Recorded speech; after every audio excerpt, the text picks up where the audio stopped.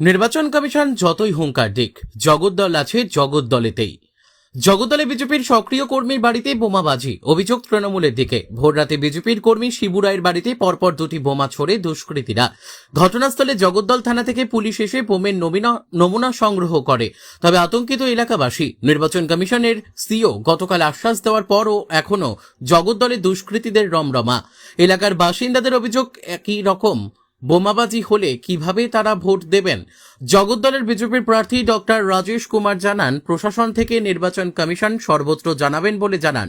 তবে দলীয় কর্মীদের তিনি আশ্বস্ত করেন রাজেশ কুমার। এ বিষয়ে তৃণমূলের 30 নম্বর ওয়ার্ডের কাউন্সিলর সমর পাঠক বলেন, আমাদের এলাকার সবসময় শান্তিপ্রিয়, কিন্তু এই ধরনের ঘটনা ঘটায় তিনি চিন্তিত। প্রশাসনকে বিষয়টা দেখতে বলা হয়েছে। তবে তিনি বলেন, এটা বিজেপির পরিকল্পিত ঘটনা। ভোটের আগে এখানে ভয়ের বাতাবরণ তৈরি করতে চায়।